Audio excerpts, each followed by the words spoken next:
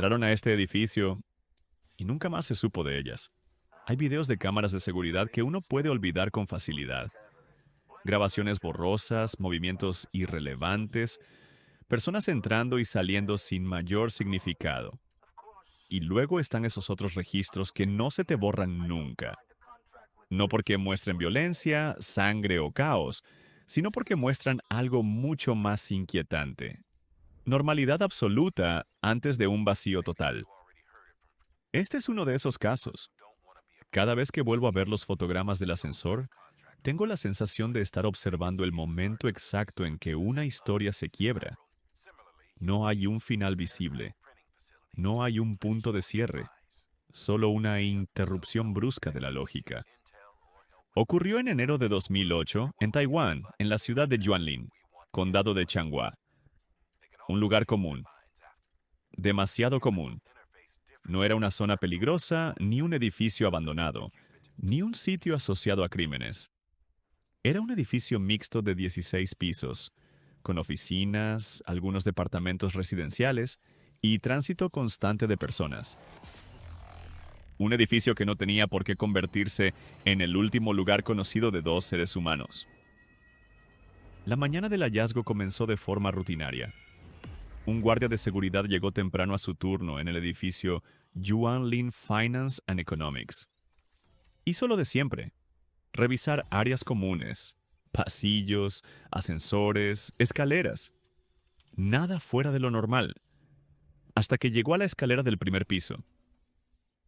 Ahí, casi estorbando el paso, había un par de zapatos de mujer. No estaban acomodados como si alguien los hubiera dejado con cuidado. Tampoco estaban completamente tirados. Estaban ahí, abandonados de forma extraña, como si alguien se los hubiera quitado sin pensar demasiado en dónde caerían. El guardia siguió su recorrido, con esa incomodidad leve que aparece cuando algo no encaja del todo. Al entrar al ascensor, la sensación empeoró. En el suelo había un abrigo rojo y otro par de zapatos. Ahí ya no se trataba de un simple descuido. Era evidente que alguien había dejado esas cosas de forma deliberada. Nadie pierde tantas pertenencias sin darse cuenta. Nadie se desviste parcialmente dentro de un ascensor por accidente. El guardia llamó al gerente del edificio. Cuando le describió lo que había encontrado, algo se activó de inmediato en la memoria del gerente.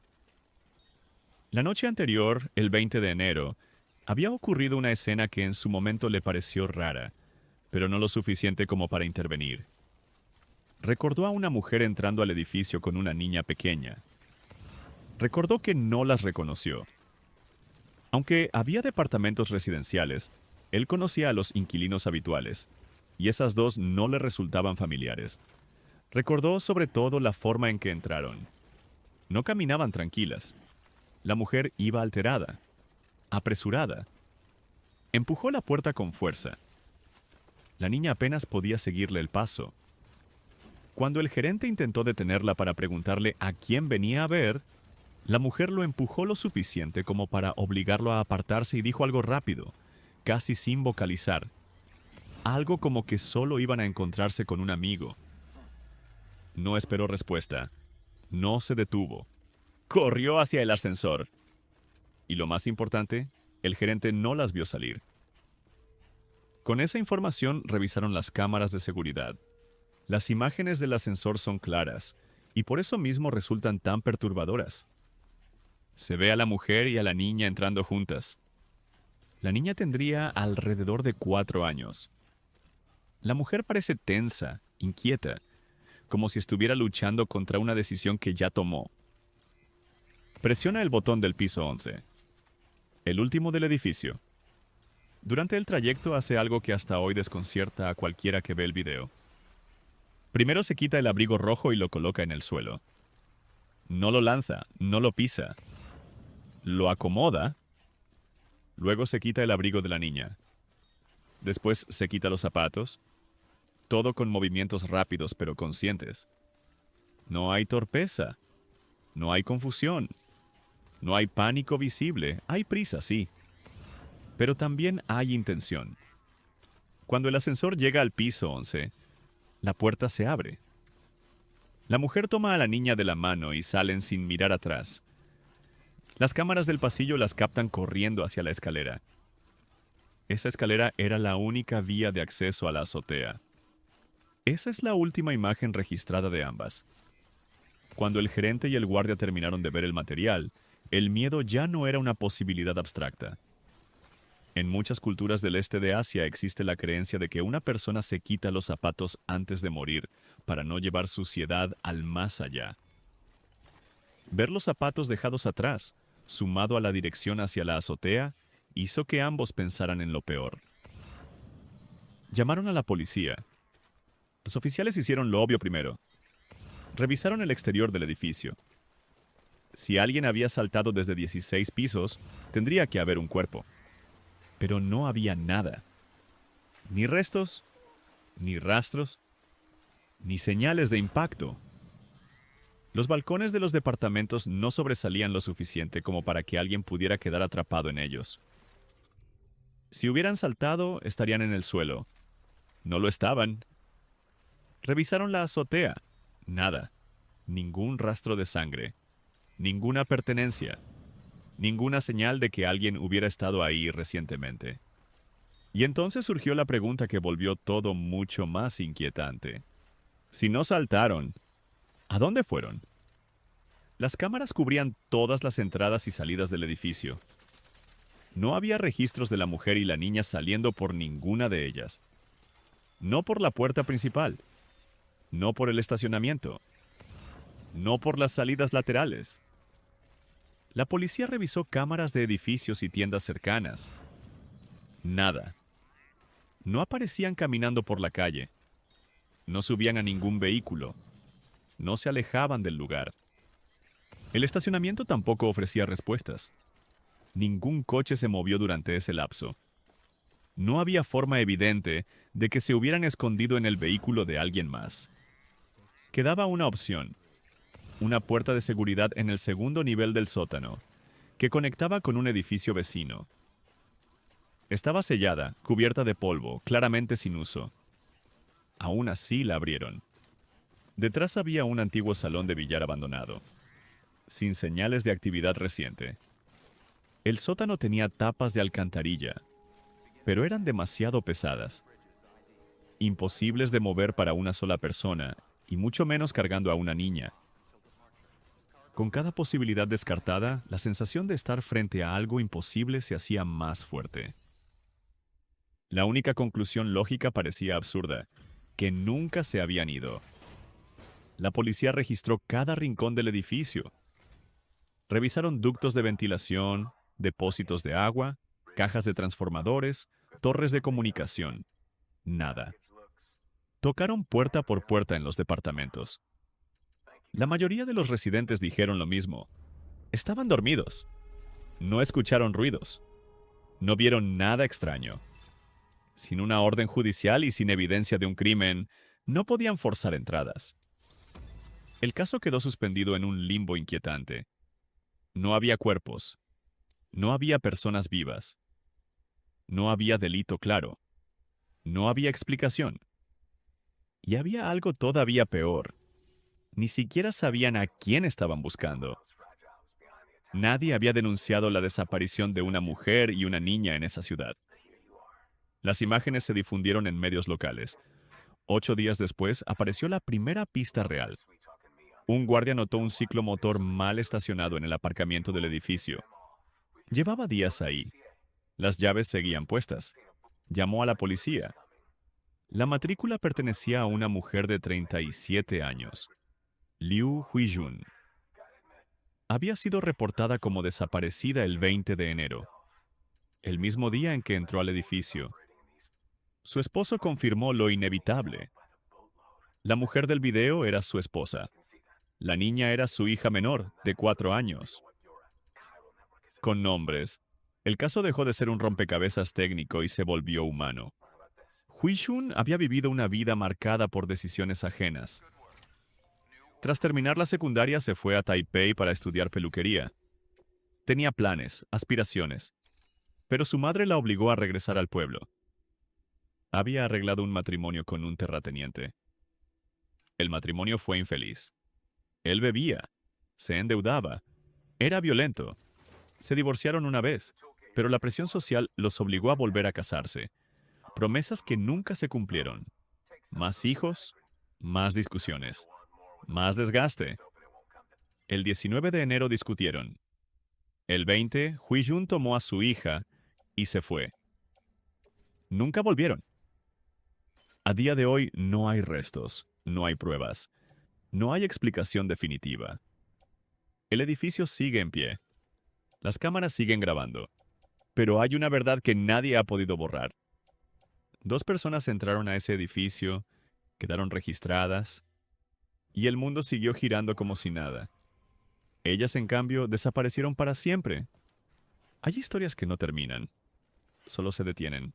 Dijo que necesitaba reencontrarse consigo misma. Entró al bosque desde y nunca volvió. En 2017, un grupo de amigos emprendió un viaje que debía ser sencillo, relajado y completamente normal, unos días lejos de la ciudad, lejos del ruido, lejos de responsabilidades. Eligieron una zona remota cerca del monte Ashwood, en el norte del estado de Washington. Ese lugar, para quienes lo conocen, es un enclave extraño, bello pero inquietante, silencioso pero con un tipo de silencio que se siente pesado. Como si el bosque respirara contigo, el área es conocida por sus bosques densos, senderos casi indetectables, y por noches tan oscuras que la línea entre los árboles y el cielo desaparece por completo. Para muchos es un sitio perfecto para desconectar. Para otros es un lugar que no debería explorarse sin un profundo respeto. Y entre quienes viajaron ese verano estaba Lena Marlowe. Lena tenía 22 años en ese entonces. Estudiaba biología y llevaba años obsesionada con la naturaleza. No en el sentido romántico superficial que muchos usan, sino de verdad. Para ella, el bosque era un refugio emocional, un santuario. Pasaba horas leyendo sobre ecología, sobre rituales indígenas, sobre supervivencia. De un tiempo para acá, también había empezado a interesarse en rituales espirituales, ayunos prolongados, meditaciones profundas y prácticas de conexión que rayaban en lo esotérico. Sus amigos no siempre entendían ese lado de ella, pero lo aceptaban. Después de todo, Lena siempre había sido un espíritu libre, un alma inquieta. Aquel viaje era, según todos, una oportunidad para descansar. Pero nadie sabía que, el 14 de julio, algo completamente fuera de lo común estaba a punto de ocurrir. La noche del 14 de julio, la tarde transcurrió normal. El grupo instaló sus carpas cerca de un arroyo que corría entre rocas frías y musgo. Cocinaron sobre la fogata, pusieron algo de música suave, hablaron de cosas sin importancia, relaciones, trabajo, clases, chistes internos. Todo parecía perfectamente común.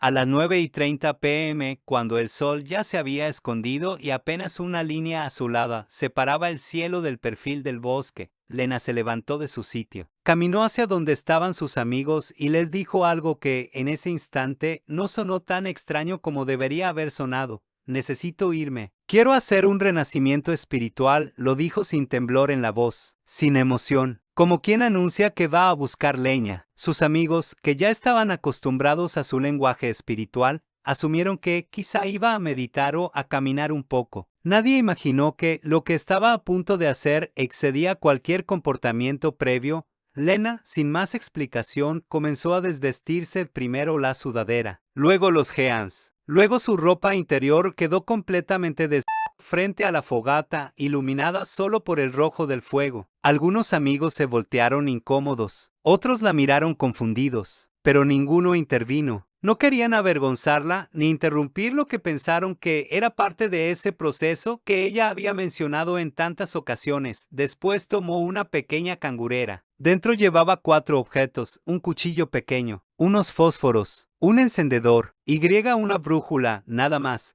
Ni ropa extra, ni agua, ni comida, ni manta térmica. Nada que cualquier persona mínimamente preparada llevaría en una caminata nocturna. Lena cruzó el arroyo descalza, con pasos firmes, respirando profundo. Miró una vez hacia atrás, no para despedirse, sino como si estuviera memorando la escena. Luego giró hacia los árboles y entró en el bosque. Las primeras horas el grupo no se alarmó. No al principio. Era verano, Incluso con la caída de la noche, el frío no era insoportable al inicio. Y Lena conocía bien la zona. No era la primera vez que hacía senderismo sola. Había logrado regresar de caminatas complicadas antes. Tenía buena condición física, mucha determinación y una personalidad difícil de frenar. Pero lo que nadie sabía es que esa noche, por razones meteorológicas inesperadas, las temperaturas caerían bruscamente por debajo de los 8 grados para alguien desnudo, sin protección, sin refugio y sin luz. Eso no era solo incómodo, era peligroso y potencialmente fatal. A medianoche, algunos empezaron a inquietarse. A la 1 a.m. nadie podía dormir. A las 3 a.m. varios amigos estaban convencidos de que algo iba mal. Para las 5 a.m., cuando el sol comenzaba a iluminar tenuemente el bosque, la preocupación era total. Lena no había regresado. La búsqueda inicial.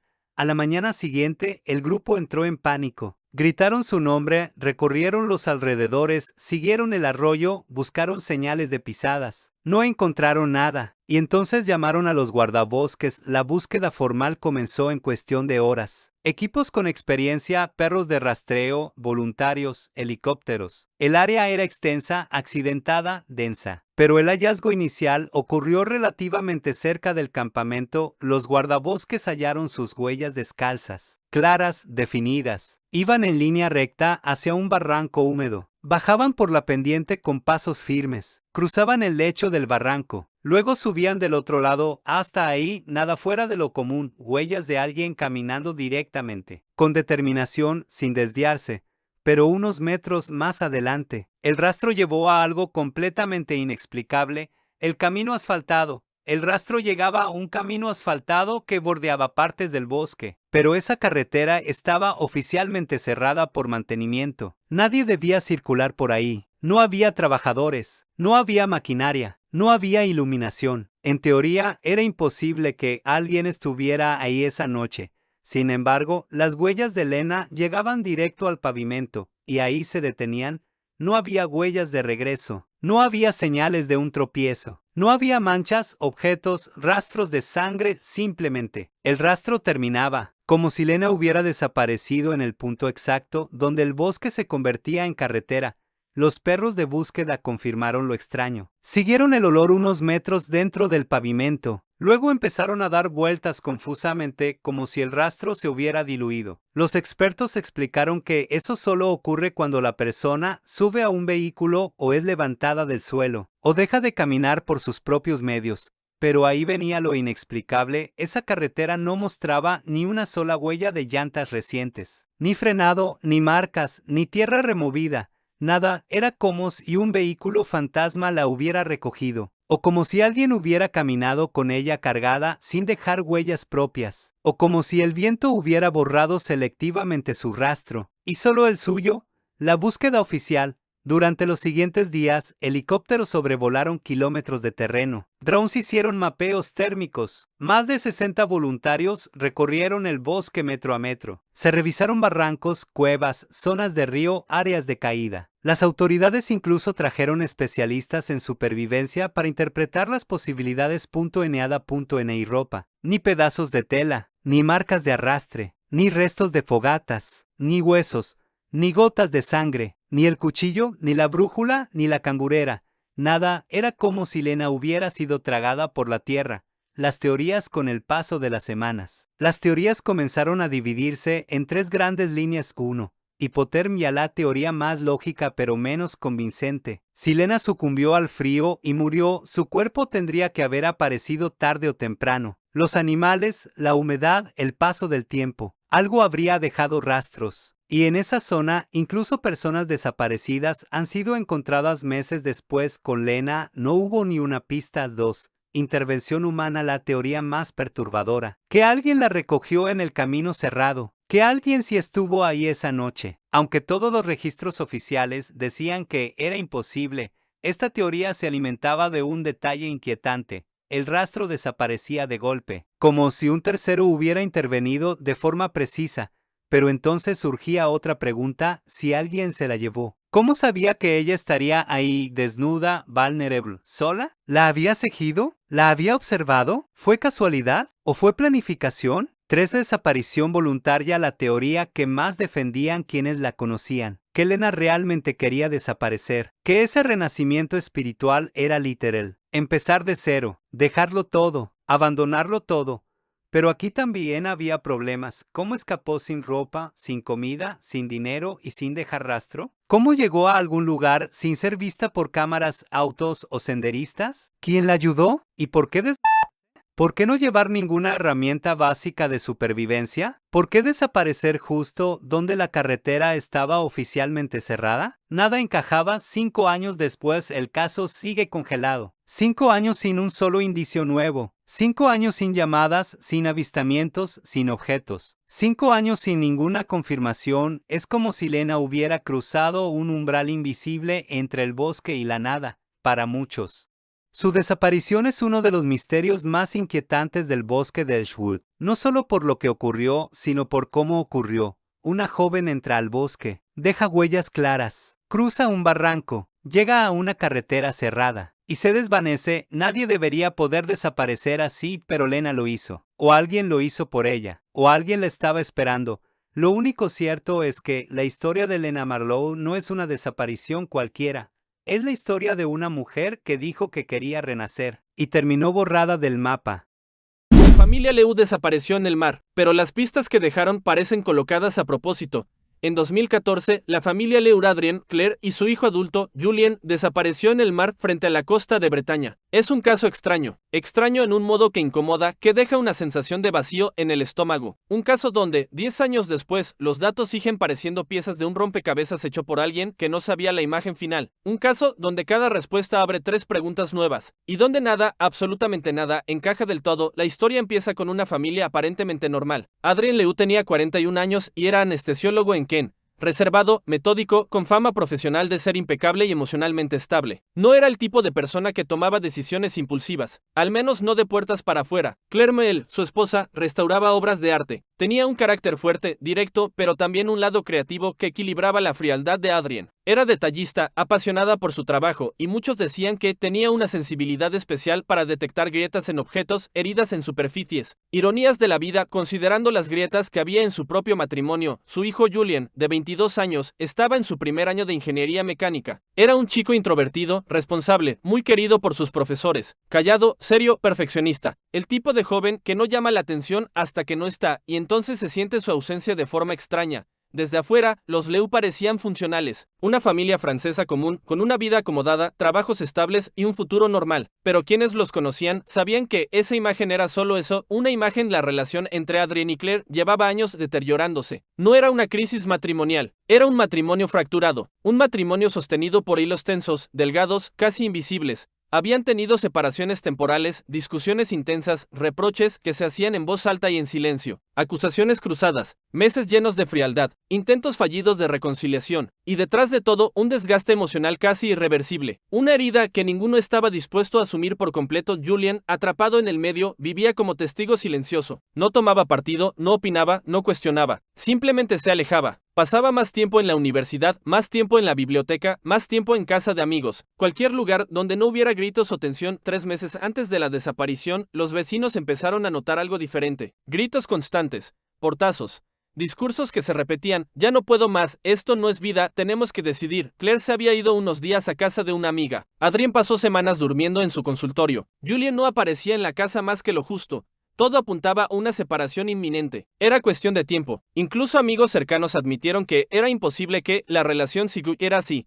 Hasta que ocurrió algo inesperado. 12 de septiembre de 2014. Ese día, Adrienne retiró una cantidad de dinero inusual de su cuenta. Una suma considerable, pero no imposible. Lo extraño fue el contexto. Nunca antes había retirado tanto dinero en efectivo. No avisó a su trabajo. No dejó mensajes. No avisó a familiares. Nadie sabía que tenía un plan ese día. Ningún registro, ninguna conversación previa. Simplemente subió a su coche y condujo hasta Saint-Malo, una ciudad portuaria conocida por su belleza, sus murallas, y por ser un punto común de salida para navegantes experimentados. Ahí, rentó un velero pequeño llamado el Hirondelle Lago Londrina. Era un barco simple, modesto, pero funcional. No era un velero para largas travesías, era un velero para paseos breves. Horas después, testigos lo vieron subiendo a bordo con Claire y Julien. Y aquí es donde la historia comienza a fracturarse. Nadie sabía que se iban a reunir ese día. Claire había cancelado planes con una amiga. Julian había dicho que se quedaría estudiando toda la tarde. Y Adrien había actuado solo. Pero ahí estaban, los tres, subiendo al barco como si lo hubieran planeado juntos, aunque con un aire extraño, casi rígido, casi incómodo, como si algo fuera forzado. Un testigo declaró que Claire parecía tensa, incómoda, molesta. No llevaba equipaje, no llevaba abrigo. Iba vestida como si hubiera salido de casa sin planear un viaje. Julian, por otro lado, lucía serio, con la mirada perdida. Era como si estuviera asistiendo a una reunión que preferiría evitar. Y Adrien parecía otro hombre, frío, callado, muy concentrado. Esa fue la última vez que alguien vio con vida a la familia. Lew 3 días después el velero apareció a la deriva cerca de Jersey, solo, vacío, intacto, pero inquietante. Al abordarlo, la policía descubrió detalles que no cuadraban. No había señales de lucha, no había daños graves, pero tampoco había bote auxiliar, y todos los chalecos salvavidas habían desaparecido. Dentro del velero quedaron algunos objetos, la cartera de Claire, el reloj de Adrien, el cuaderno de Julian húmedo, arruinado, pero no ilegible del todo, y una pequeña mancha de sangre en la escotilla, demasiado pequeña para ser el resultado de una herida fatal, pero suficiente para despertar preguntas. La radio estaba desconectada a propósito, no dañada, no arrancada, simplemente desconectada, y eso para un anestesiólogo con conocimientos técnicos no sería difícil. La casa en Caen. Cuando la policía revisó la casa familiar, la situación se volvió más oscura. Había ropa de Claire tirada en la habitación, como si hubiera sido empacada y luego desechada. Había manchas de sangre en el estudio de la casa, no grandes, no indicativas de un asesinato, pero sí compatibles con un episodio de violencia. En el escritorio de Adrien había una sola cosa, una nota: necesitaba paz. No busquen culpables donde no los hay. Una frase que no tranquilizó a nadie. Una frase demasiado neutral, demasiado calculada, demasiado limpia. Una frase escrita por alguien que quería cerrar una puerta, pero no explicar nada. En la computadora de Julian, los archivos de las últimas semanas estaban borrados. No había rastros de correos, documentos, conversaciones, nada. Como si hubiera limpiado su historial antes de desaparecer, o como si alguien más lo hubiera hecho por él. Ahí empezó lo más inquietante de todo. Los objetos encontrados, los hallazgos imposibles. Durante los siguientes 2 años comenzaron a aparecer pertenencias de los Lew en distintos puntos de Europa. Una chaqueta de Adrien en Dinard, un zapato de Claire en una playa de Brighton, Reino Unido, la cartera de Julian flotando cerca de Cherburgo. Luego, meses después, un teléfono sin tarjeta, SIM encontrado casi intacto. Y en cada caso, los expertos decían lo mismo: los objetos estaban demasiado bien conservados, demasiado limpios, demasiado intactos para haber estado meses flotando en el océano. No parecía azar, no parecía accidente, parecía colocación, como si alguien hubiera querido alimentar la narrativa de un accidente marítimo, como si alguien necesitara que la historia pareciera cerrada. Sin estarlo. 2019, el giro definitivo. 5 años después de la desaparición, un pescador encontró 2 huesos atrapados en una red. Eran tibias, estaban a varios kilómetros de la costa, y cuando se hizo el análisis de ADN, se confirmó, pertenecían a Adrien Lew. Solo el de Claire y Julian. No había rastro, ni uno, ningún hueso, ninguna prenda, ningún indicio, como si se hubieran desvanecido de la faz de la tierra. Las teorías: a partir de ese momento, surgieron múltiples teorías: crimen familiar más suicidio, que Adrien mató a Claire y Julian, luego se arrojó al mar de accidente en la casa, que ocurrió algo violento en Caen y el viaje en velero fue una maniobra para ocultarlo, desaparición voluntaria, que Claire y Julian escaparon y Adrien intentó regresar, muriendo en el intento. Tercera persona, que alguien más estaba involucrado, alguien con acceso, conocimiento y motivos ocultos, alguien que supo aprovechar el caos matrimonial para eliminar a 3 personas, o para manipular la escena. La policía cerró el caso como un accidente marítimo. Nadie que haya estudiado el caso seriamente cree esa versión. Demasiados huecos, demasiadas piezas sueltas, demasiadas señales de intervención humana, demasiadas coincidencias para creer en la casualidad. La verdadera pregunta a día de hoy, la pregunta ya no es solo qué les pasó a los Lew. La pregunta es: ¿quién quería que creyéramos una historia que no tiene sentido? Porque alguien, en algún punto, escribió un guión. Y el problema es que lo escribió mal, o lo escribió a prisa, o lo escribió sabiendo que nadie podría revisarlo del todo. Una cosa es segura: no fue el mar, no fue un accidente, no fue simple mala suerte. Los Lew se perdieron en un vacío donde los hechos se contradicen, los objetos aparecen demasiado lejos, las pistas parecen colocadas y el cuerpo de una sola persona emerge mientras los otros 2 desaparecen sin dejar rastro. Un misterio que quedó suspendido entre las olas, el silencio y la posibilidad de que alguien haya manipulado cada pieza. Un caso que, 10 años después, sigue abierto en la mente de todos los que lo conocen, y que quizá nunca fue un accidente.